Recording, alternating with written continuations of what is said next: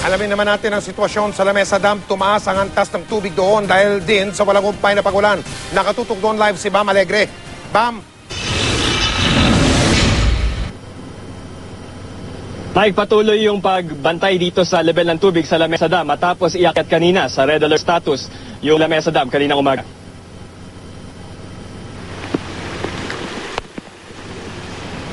Dahil sa malakas at tuloy-tuloy na lakas ng ulan mula pakagabi, tumaas ang level ng tubig sa ilang dam, kabilang na ang Lamesa Dam sa Quezon City.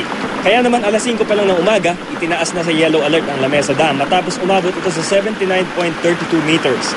Mas mataas ito sa normal level ng dam na 79.30 meters. Pero dahil walang humpay ang ulan, alas 11 ng umaga, itinaas sa red alert ang Lamesa Dam matapos umabot sa 79.52 meters ang level ng tubig. Gayunman, kahit nasa critical level, hindi pa naman daw ito aapaw agad. Ang ating overflow level is 80.15, nasa 57 centimeters pa before it overflows. Para mapigilan ang pag-apaw ng tubig, humiling ang pamunuan ng Lamesa Dam na bawasan ang supply ng tubig mula sa Ipo Dam. Nagmumula kasi sa Ipo Dam ang tubig sa Lamesa Dam. Ito ang Lamesa Dam watershed at mula umaga, itinaas na ang red alert sa elevation ng tubig dito. Kapag nagkaroon ng overflow sa Lamesa Dam, didiretso ang tubig sa Tulyahan River. Kaya pinapayuhan na ang ilang residente malapit sa ilog na lumikas na.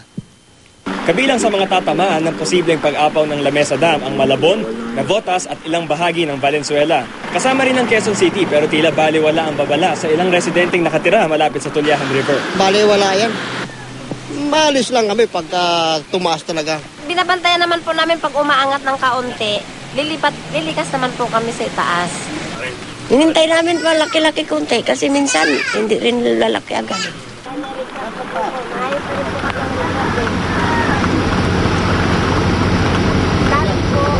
Hi.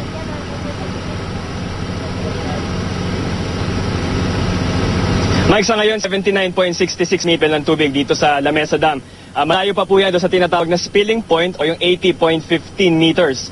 Kaya ngayong gabi po, hindi pa siya aapaw dito sa Lamesa Dam pero nakapanatili pa rin ang red alert status. Mike? Maraming salamat, Bam Alegre.